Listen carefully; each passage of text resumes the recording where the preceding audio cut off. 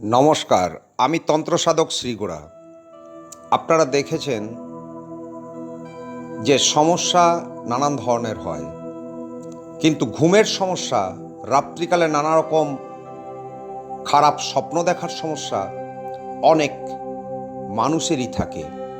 আর সেই সমস্যার থেকে খুব সহজে মুক্তির একটি উপায়, একটি টোটকাই বলতে পারেন, তা আজ আমি বলছি।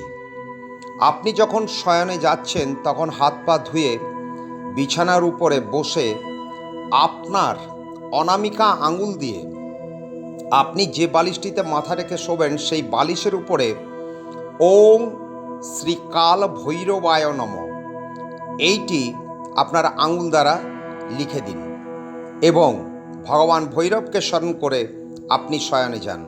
দেখুন আপনার ঘুম নির্বিঘ্নে নিশ্চিন্তে হবে।